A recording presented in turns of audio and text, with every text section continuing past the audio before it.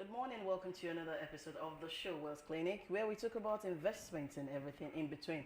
Of course, the discussion is basically about stock markets. We start off with the top gainers, top five gainers and five losers as of yesterday, as it's the close of yesterday's trading on the Nigerian Stock Exchange. And we talk about some earnings. We've got about eight of them, different companies, the good, bad, and the very ugly. And we talk about impact of inflation on the economy and the stock markets and so much more. All of this after the break. We'll be right back.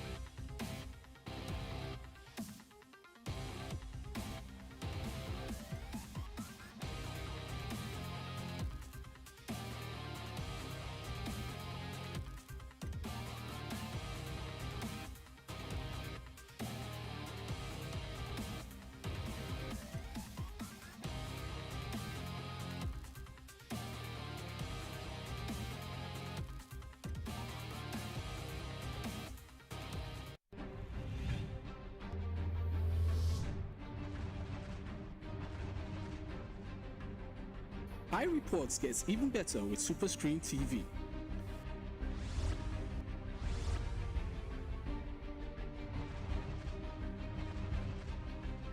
Stand a chance of winning recharge cards for your efforts. Send videos and accompanying description to this WhatsApp line on 0811 1776 314. Viewers can send footages of newsworthy items, breaking news, and other events and have it feature on SuperScreen television.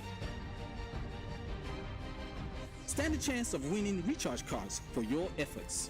Send videos and accompanying description to this WhatsApp line on 0811 1776 314.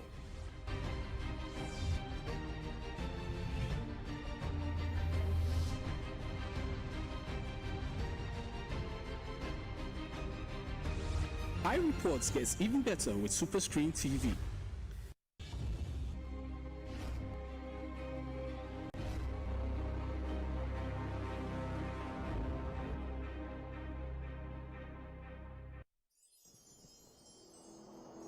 Welcome back. It's still Wealth Clinic.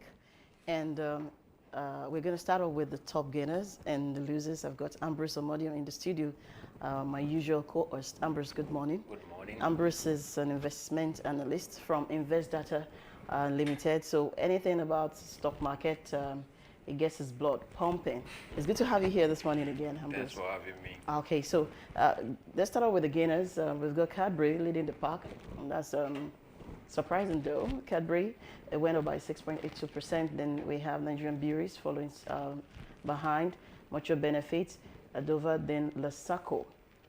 Then on the losers charts, we've got Prestige Assurance, Ikeja Hotel, Consolidated, Allmark Insurance, EXA Mansard, and Codville.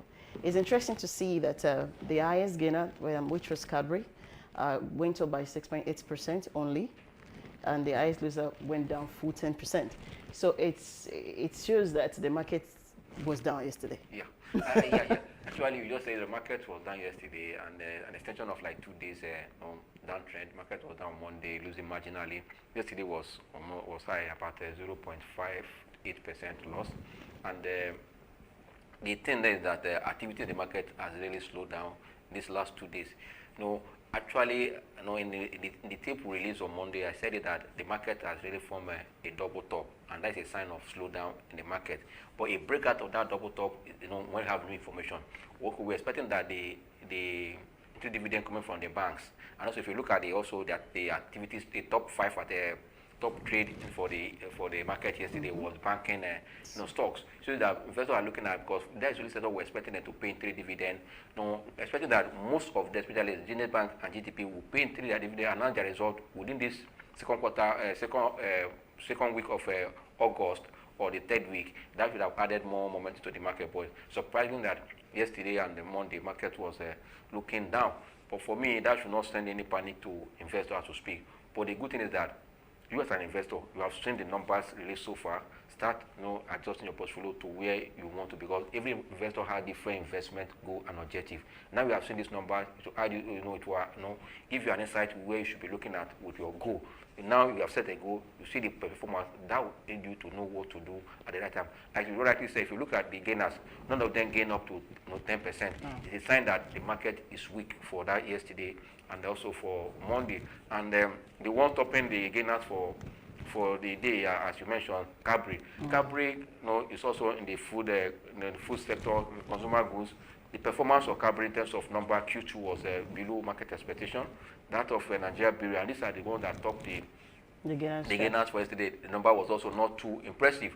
It tells you that market forces is just at play. It's just demand and supply of this stock. For me, investors should use these second quarter numbers or half year number that have come to make your decision and know.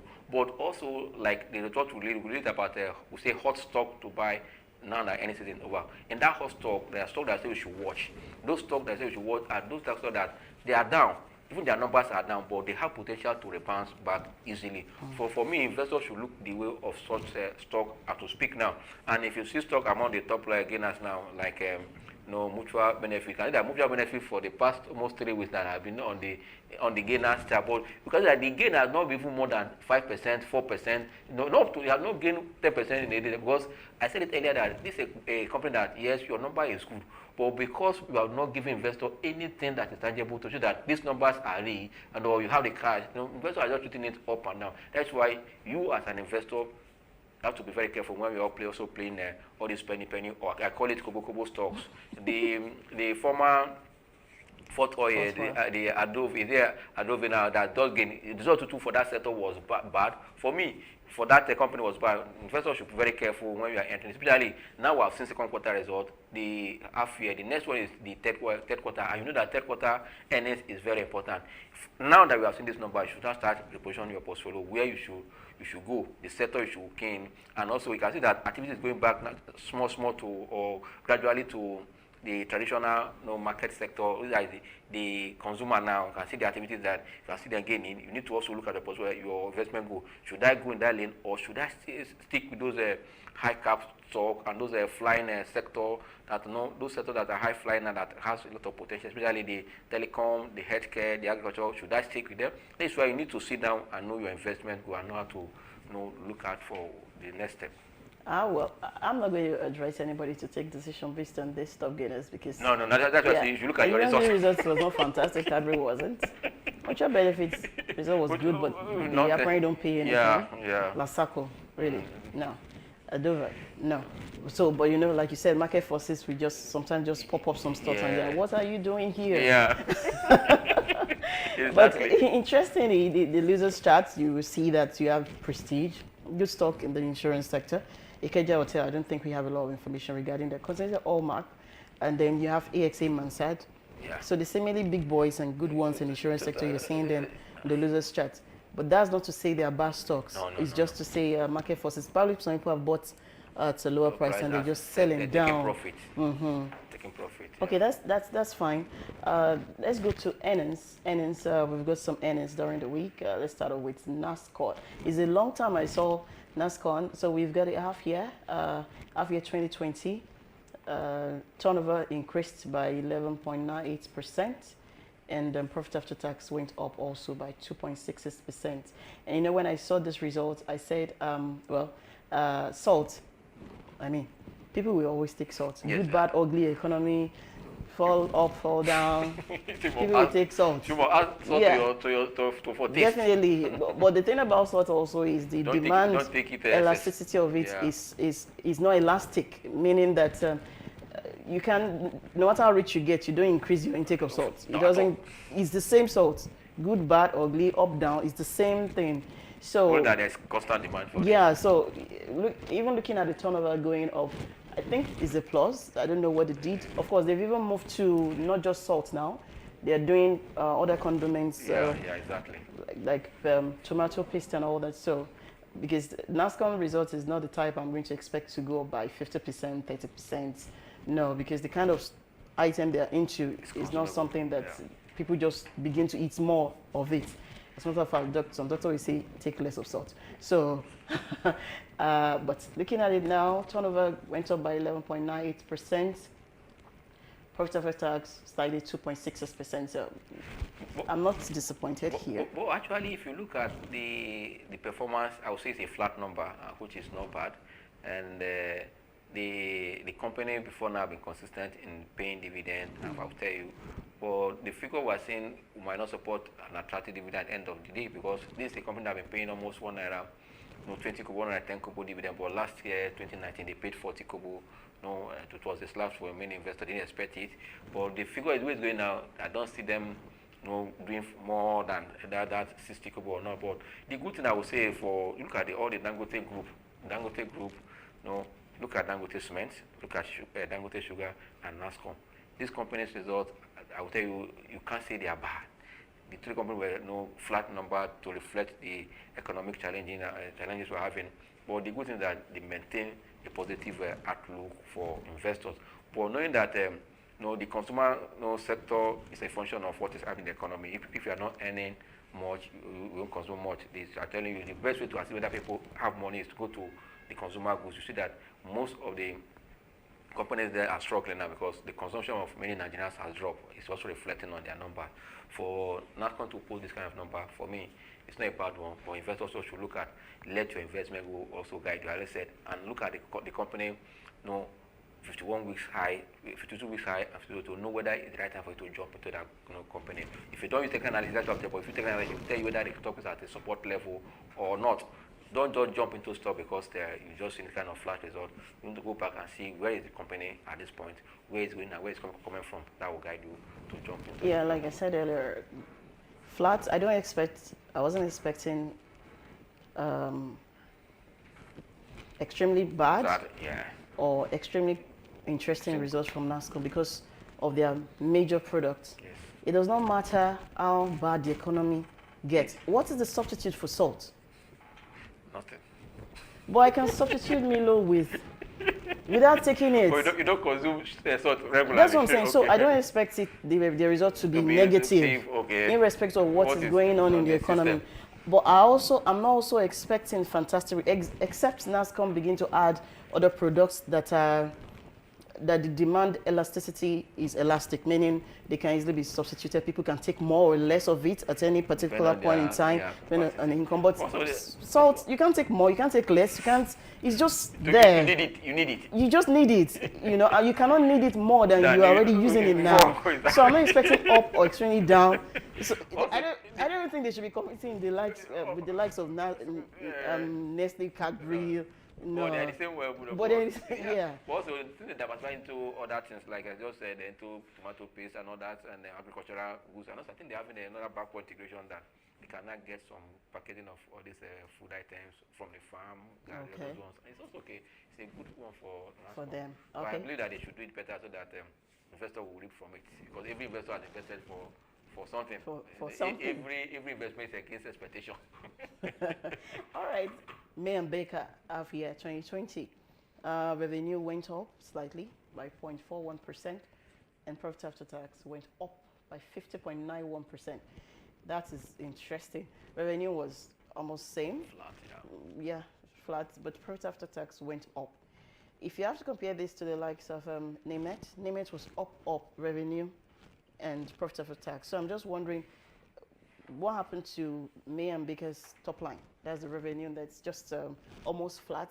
I mean, it's the same pharmaceutical sector with the likes of Fixin and Nemet. Yeah, I think from that industry, I think the one that has good top line is Nemet. All are having flat top line. So what's line. Nemet selling this? Yeah. Did they sell something during this coronavirus that's No, actually... I don't know. I don't know. They don't know. I know they sold sanitizer or something that specifically get towards. But I know during the corona's that time. nearly all that sector are enjoying government, favor now. Yeah, in which terms you of can see increasing- on the profit after Yes, tax went you know, up. all of them, Cost their, of funding their cost down. of cost of finance drop nearly in all the accounts of those companies in that sector. Tell you that before now, cost is part of what is eating to them. Not only that, they have opportunity now since they have some form of relief, and they are taking that even at a lower interest rate, and also not paying immediately for like another 1 year. They will enjoy free interest. That also boost activity. Not only that, the pandemic also has turned attention to that. Both the government, everybody is interested in our health sector. That is good for the sector, but for me, me and Baker result is not a bad one. No, it's not. It's a sign that where they are going, and also if you look at the bank performance, the company performance for the past 5 years, the performance have been stable, and their dividend has also been regular despite the ups and downs in that sector. Now they are seeing improvement. I expect that their dividend should also improve. Not only that, the price of this stock also before now has almost gone as high as 7 naira, coming down to around 2 naira. It's going back gradually. For investors that has medium and long-term investment goal, these are the kind of stock we'll be looking at, knowing that it's a sector that's getting attention now. I said it earlier in this program that why our healthcare sector have suffered setback before now is because we're having inflow of cheaper drugs coming, and because of production here was high, people naturally, because the high of their product, the product of their price of their product was high, people were looking for those imported ones that are cheaper. Now that government is working with them, we expect that activities there will improve and their cost of production will drop. That will also make their drugs affordable, that demand will be there. And also government should go beyond this one to also go ahead to kind of restrict some drugs that were manufactured in Nigeria should not come into the economy again, so that you encourage these local manufacturers. I think that is where it should work. Nigeria is a funny country. Even if government decides to, things just have a way of coming into the country. You mean it? Is it going to apply? Things just have a way of coming into the country. That's what I have to say. That will go a long way to boost that sector. Yeah, but looking at May and Baker and generally the companies in the pharma sector, now we are seeing that government is helping because of this situation. Have we wondered what's going to happen after the situation? Are we going back to, is it not something government should intentionally keep going? I mean, health sector is very important, so it shouldn't be, I don't think it should just be during this time of pandemic that they give them all this relief. They should give them relief. To keep them running, yes, also to keep them our running, healthcare because sector when this relief active. is over, then we are not planning on seeing this kind of profit after tax from them. We're likely to see it. One thing is like, once you open your market and you're active in that, in that space, and your product is also meeting, and you can look at all this sector, all the companies in that sector, so that their product line has increased. Yeah, my point is. What I'm coming now. Okay. If they continue to in that capacity, and even when they are paying and they're able to pay back their loan because they will pay gradually, but at a reduced interest, fine. But because you have that money to expand, you still, maybe when you have paid your loan, even we will see better numbers, because when you have paid back your loan, you have your money to, then you are not paying anybody. That was further release your cost. I mean, I see that this is a good thing for the sector. What government should do, like I said, let them ensure that all these drugs that are being manufactured in Nigeria, they should find people with NAFDAC that those drugs should not come in again. Even if it's water, even if it's common drip, should not come into this country again. So that we encourage these local manufacturers. The market will be there, because I'm telling you, Nigeria is one of the places that have population. And this healthcare, the healthcare products, we have old people, young people. If they all this are in the market, I think this sector will be one of the best sectors because we have population. Do you know, Ambrose, that, yeah, we've got population, but you know that more than 50% of our population don't even take drugs produced by these farmers. It's because they have access to it. No. Not even international drugs. The very local ones. Okay. So, more than 50% actually are patronizing that sector. That's, what's the name called? I don't know. Is it traditional medicine? Thank you. They are there. All this, they don't even know what you're talking about. When there are more than 1 million and one agbo that can take care of. When you step into any hospital, they won't give you a. That's what I'm saying. How many of the population actually going to the hospital? That's what I'm saying. Is it not when you go there that you hear that something, or you remember that there's one pharmacy somewhere that wants? Even some of the educated people will say, "Who is taking this? Who is taking that?" When you can take one agbo, so can government begin to ban those ones?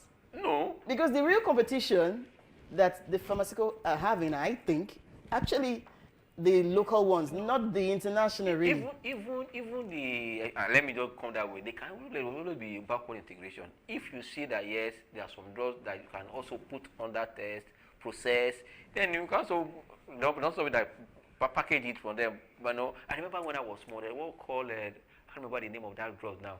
It's still packaged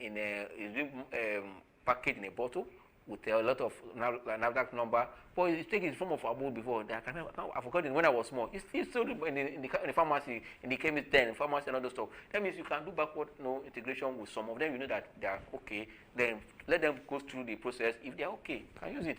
You see, Ambrose, the thing is for every of those the local ones, yes. we have them, but I don't know, maybe psychology or ease of getting it, Okay. or the cost. Okay. Because if I have to take a shot 100 naira and I don't have malaria again, why do I have to go and buy anti-malaria? That is 800 naira. Okay. Do you understand? And before farmer can actually take this from the point of semi-raw to the point of capsulating it, Yeah. or whatever, the price goes up. Okay. So let's just. But I think there's still potential. There's still hope, yeah. Especially the upside in terms of their price is there. Their numbers are looking good to support that. They tell you that the major factor that drive earnings, prices of equity is earnings, and it comes almost 4 times in a year. And when we are seeing this number now, I see many investors are looking down. Okay, where will I? Now I see there's more called sectorial rotation now. People are moving from one sector. They've seen where they can have value for their money, and also where they see that there's an upside potential for price to rally. That's what you should do. Don't just sit down. This is the time to you to make informed decision. If you don't know how to do it, because consult your stockbroking firm or brokers, and even you can call us. We'll give you the materials that will guide you. Also, we can also advise you. You don't need to just panic. Even the pandemic has created opportunity for you to make money. All right, it's still the Wealth Clinic show. Over to Connor. Connor, it's an hour. Not shocking. The results were not good. Revenue went down. That's for Connor, H1, half year 2020. The result was down by 20.44%. That's for revenue, and profit after tax went down by 67.24%. Not surprising, I mean, it's oil sector. So I'm guessing oil sector is a case of which result is the best out of the worst? The best out of the worst will be 11 PSC. Mobile, yes. So it's not a case of which one is better, which one is no. All I know. Oh, they are not good. But which one is best out of the worst? So the good thing is that, like I just said earlier, that as an investor, when you see prices of stock going like this and see their numbers crashing, and why the numbers are crashing and the prices are crashing, you don't need to panic. All you just exit that sector for now. Look for opportunity where you see that these stocks are touching their either 15 years low or 5 years low or 2 years low, a price that that price is really cool, and your chart is telling you that this is the right place this price can get to, especially when it stop bouncing on that particular price and remain there, start taking notice of that. Because definitely this sector also breathed out again. But all you do is watch to know the right time to plug into this sector. But most of them, especially when you see total down, for me, Steplat at this price is good for you to watch, but you see Steplat around 300. All of them, there's not a bad, but they still have potential to bounce back. The only one I know that has remained down and down for long is only Owando, because of the performance and also the company attitude in terms of transparency, and investors are tired of seeing a good number at the end of the year, you see a negative one. For that, see, confidence in that company among the investing public is really low. Unless you're a trader that want to take advantage of low price, go up yourself. But I'm telling you, for investors that have been there for years, no dividend, despite the companies into crude oil and other stuff. But I believe that sector, for me, investors should just, for now, look on that sector. When they see the potential, they can still go back there. But for me, the prices are coming down is a reflection of what is happening in that sector. Okay, so let me play a scenario now. So, for instance, I put, let me be a big man, 500 million all sector, and for some weird reasons, I've lost like 15%. So, like 150 million is gone. Okay. The thing is, as humans, we are sentimental. Yes. We don't want to actually realize that loss, because the moment you sell off, you realize loss. Yeah. 150 million. Now you're telling me I should get out of it, then take the 350 million remaining and put it in another stock that I'm not sure, because already I'm afraid, I'm scared. Of course, I'm not sure. Or do you suggest I leave that money there, Okay. right, and look for another money if I'm the kind of investor that invests on Oh, no, yeah. periodic basis, just new funds, Yes. then put it in another sector? Let me not realize this loss. Let me wait, like you said, that the sector is going to bounce. Okay. So when it bounces up, then of course, I'm not losing, because it's going to be painful if I sell off now and 6 months down the line, the stock goes back. I will always be looking at the 150 million No, that okay. has gone. I like that with a very good picture. What I tell people that actually there's something that always attracts investor to a particular sector or a company. And if those factors that attracted you are still intact, you still hold on, even though when the price is going down, because those things are still there. But when those that started are still, started disappearing and started, disintegrating, you don't need to consult anybody.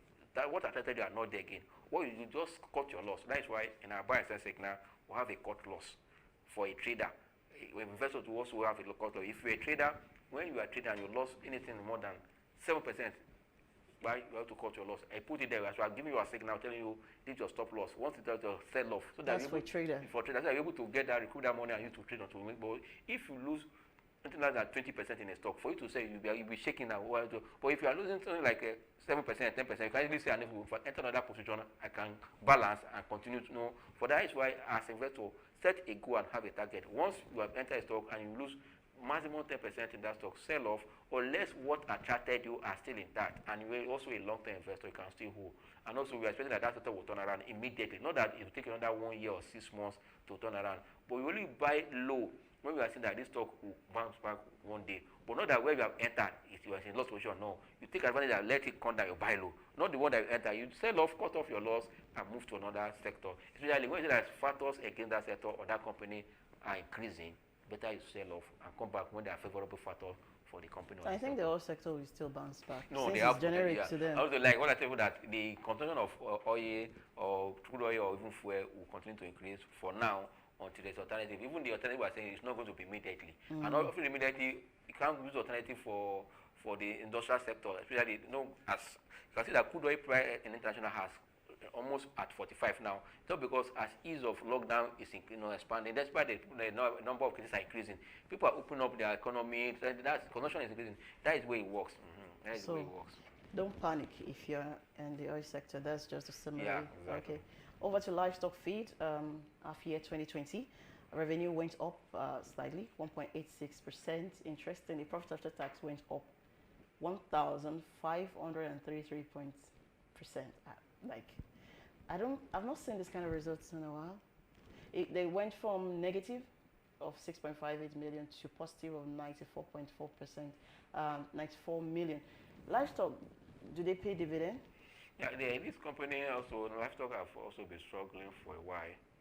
I know that they've been for a while because as we speak, for like almost 6 years, they've not paid dividend, 5 years. But if you look at the result for the last 2 years now, they've moved from a negative position toward a positive position. It's a good thing for livestock.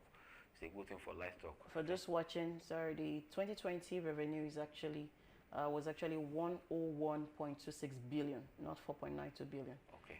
Yeah, so because it was actually up 101.26 billion. Okay. Yeah, but of course, excuse me. Yeah,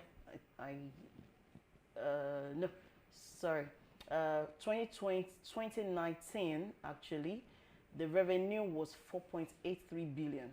So for 2020, it was 4.92 billion.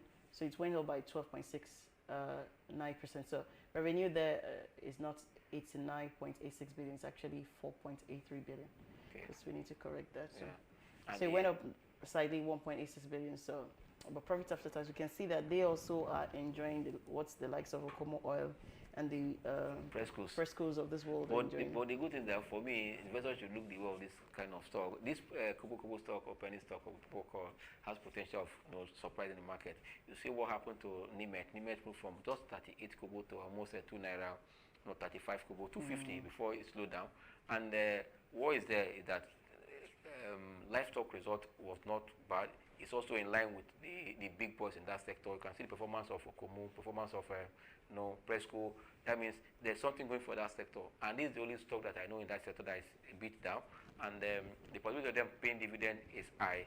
if they can turn around the company, you can see that they are moving from a loss position of 6 point something billion to almost 94 billion million. It's a sign that they are going somewhere. If at the end of 2020 financial year, they are fully back on profit, because in 2019 they have moved to profit already from a loss, and they maintain it, then they can start paying dividend. A dividend of 5 kobo from this kind of company, for me, is a good one. Livestock feed, they're under USCN. Yeah, USCN is one of the major shareholders there too. Do you think the USCN saga, Palava there, can have impact on livestock feed? Because if they can wake up and say they're divesting, they're like you just said, the course I had, since it's not on Monday morning till even yesterday night. Can they still hold USCN? What is happening in USCN? For me, the management of USCN has really not handled their information as professionals, or they are not transparent in dealing with their. You know that investors are the owners of the company. If you are not carrying them along, they can undo at any time, and also they can act at any time. But for me, the way they manage the information was not too professional, and also they said that the board or the management are not too sincere to their investors. We'll come back to what you want to say. I just want to know. Okay. Should we be afraid of getting livestock results? Looks fantastic, but for because me, you can start buying livestock now. It's not, for me, especially those that are in savings. If you want to really save, since you say that the agricultural sector is having attention of the government, not only that, we want to feed Nigeria. We need food security, and for that, we need to. I mean, the sector, like we say, the sector shows that performance there will keep on improving, because as more people are looking towards farm, government trying to make sure that the farm attractive, have given them a form at a cheaper, price to get the funds. For me, it is interesting to look at, and this one being one of the listed. I think we have FTN Cocoa there, but this one is coming up again now to join the 30 that are active. It's good. I think investors can start gradually looking at them. Okay, the last result before we go on a break, BUA Cement, half year 2020, went up by 12.69%. Okay, so they are the one that actually had 89.86 billion as of 2019, then 101.26 billion as of 2020, up by 12.69, and profit after tax also went up by 13.74. It's interesting that cement sector is actually having good results. Q1, that's fourth quarter, and also half year. You expect that during pandemic, who is building? So that means things are still activities are still ongoing. That this company have capacity. Especially look at the result from Dangote Cement was a flat number, not in red.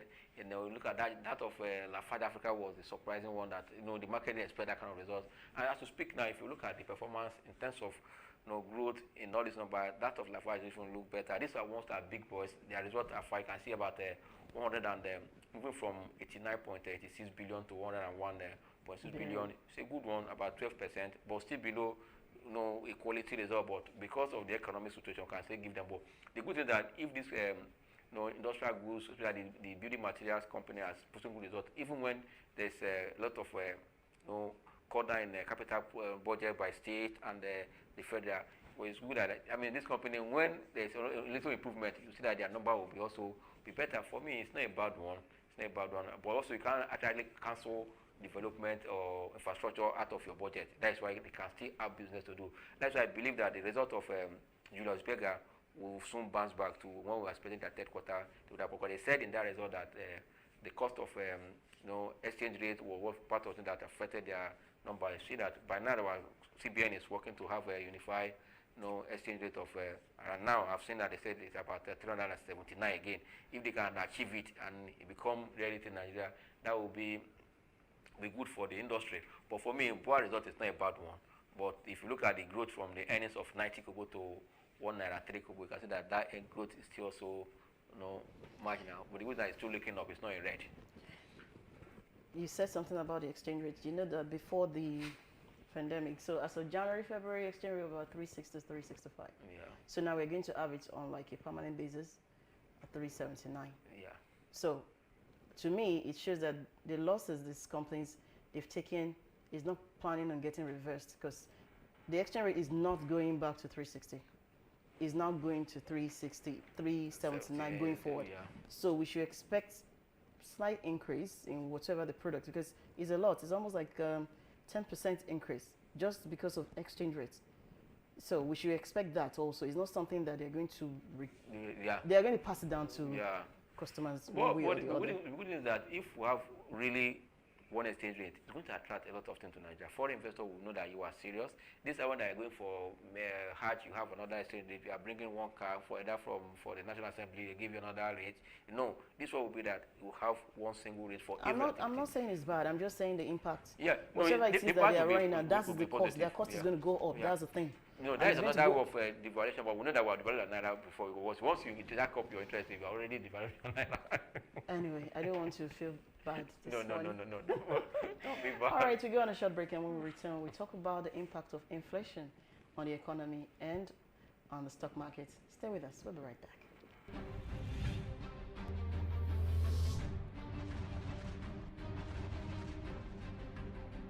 iReports gets even better with SuperScreen TV.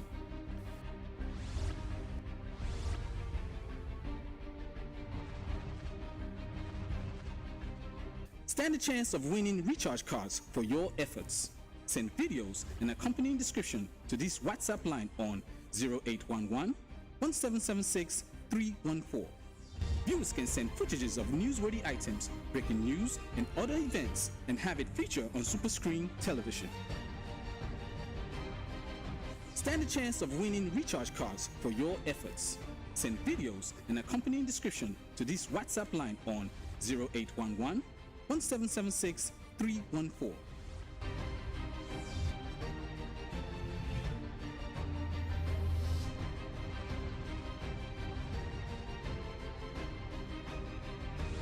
iReports gets even better with SuperScreen TV.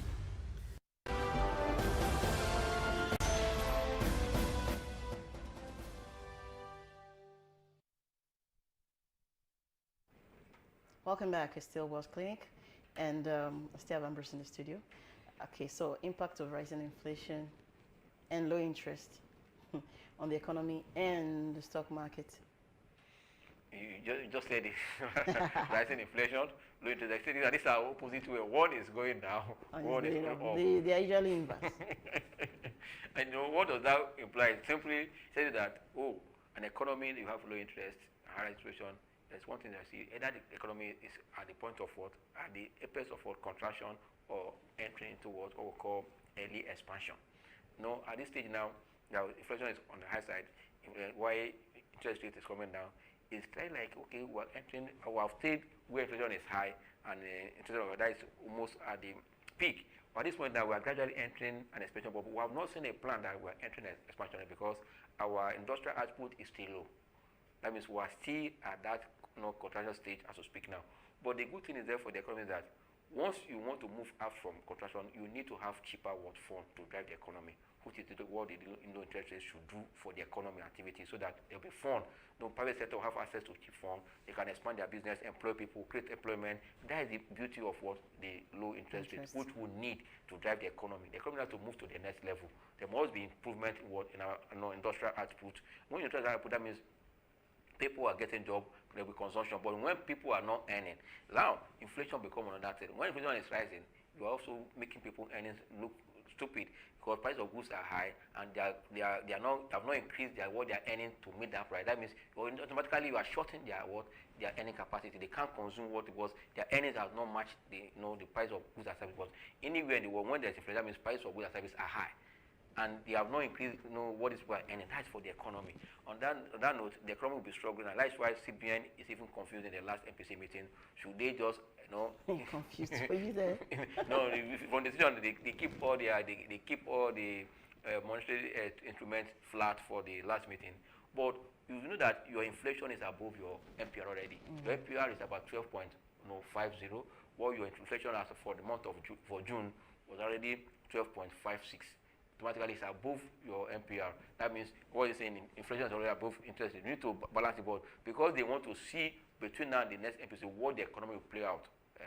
Now, I think gradually we can see little improvement in terms of economic activities, but a lot needs to be done. Why I say so? people having access to this phone. Are they really having access to the cheap phone so that Yeah. to drive the economy? economy. Yeah, the criteria to get this phone is really last for them to get it. And also, don't mind that when there's a slowdown in the economy, people, cost of living is high. And also because they are not earning more and the people are unemployed, they will consume less. That's why you are seeing a lot of mismatched policies here and there.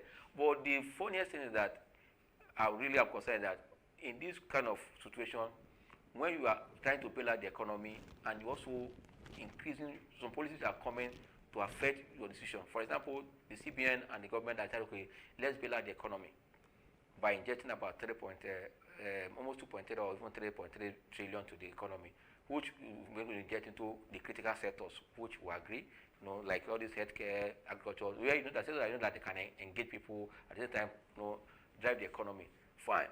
Then you know that there's what we call a major driver of inflation in Nigeria to speak now is fuel. And when this government came on board in 2015, they moved the fuel price to about 145, 140 then during this pandemic now, the thing was adjusted down to 125. Since that increment when they came on board has made inflation to be on the upside. And in August 2019, border was closed. And this border was closed, so there was no goods are not coming. Automatically, that one triggered inflation. After CBN has planned to achieve 1 single day, that turned around the whole thing. My own concern is that even those in government, their policy are not being coordinated. They make policy on different direction. If you're making policy, how does your policy affect the next so that you can work as a team? If you are closing border and you have factored this in, CBN will not be planning that it's planning to get one single inflation rate, one digit. And now the thing is going up even higher. Today, I'm telling you, for the month of July, that's likely to come before Friday or early Monday, next week Monday. You can see inflation around either 12.80. And that is high. For me, the fuel increase is a major problem we're having now. This is the highest in the Nigeria history, that the fuel is moving to about 150, 149. And that automatically will affect price of goods in the market. And not only that, insecurity also is a major issue in this economy, in this nation. As farmers are not in the farm, that means goods that will come out from the farm will be less. And that means too much money chasing for few goods. Otherwise, the price will go up. On that note again, the COVID-19 guideline from Presidential Task Force also is another issue again. Okay, we want to stop the spread of, we agree. And for that, buses are stopped carrying normal, 16 seaters, and they are now reduced to 10. And they're going to charge that to people. Also, if you are moving your goods from the farm, automatically they're going to pay more. And you're going to factor that price you are paying into the goods you are bringing to the market. That means all these factors are driving prices up. Until you look at them, inflation will keep rising. And when inflation is rising, I'm telling you, you are impoverishing your people. They can't meet up because price of goods, they are not increasing their salary or their earning source of income as that price is going. That means we need to work on our inflation. Let's look at all our policy. That's why I think about 2 days ago now, the way the government are going around the security thing, let Nigeria be secure. When we are secure, farmers can go back to the farm. You can't let me give me even free loan to go and die. Because you give me free loan, a low loan, I go to the farm and they call me down the farm. Who will pay the loan again? It's better to secure the farm first before we start giving the loan. Okay.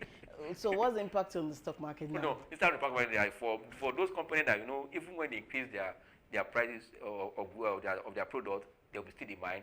That means if you're investing there, you are hedging against inflation. Like which? Well, because consumption, we can say that consumer goods, it's not that it's not that inelastic. Okay, let me put it simple way so that people can choose to not take them also. Let me put it, if you're looking at stock that has a dividend that is above inflation, go and buy. Dividend yield above inflation, you can protect your fund in that process. Yeah, if your yield, for example, now if you look at all the other investment windows, their yield are something else. They're way below inflation. Then if you can get, for now, there are some about more than 10 to 20 stock that has about yield of 14, 13, and above 16% yield. 18%, which is highest. I think you cap is the highest, 18% yield in dividend. You can buy that kind of, know how you get up to 15% at the end of the year, and the price will still appreciate. You are already hedging against inflation. You just calculate, because that's the only way. Also, if you want to look elsewhere, I would advise you that don't go to any investment that you don't understand how it works. There are some investment groups that are opening up, but don't enter it that at the end of the day you'll be hearing story. The way you know, that's why many fund managers are really on the tight corner now, because they are used to investing in treasury bill. But because there's no treasury bill now, all of them are trying to like. That's why I see most of them are confused. Even their investors are confused because where will you put the money now? Because inflation is almost high and return is low. Even if you want to go to bond. Now bond for 25 years bond now from now is about 6%, I mean 5% yield. Far below the inflation. No, we need to. But the good thing is that interest rate is good to drive the economy. That's why here is where we come to. Interest rate is low, inflation is rising. But what uses the economy that you're trying to drive, and you're also driving costs on the side? That's why we need to look at our policies. It's very, very important. Thank you, Bruce. Thank you. This brings us to the end of today's show, Wealth Clinic. For sponsorship and advert, you can reach us on 0802 816 4085. 002-816-4085. Thank you, Bruce, once again. The show returns same time next week, Wednesday, same station, of course. Keep a date with us. And please, stay safe. Goodbye.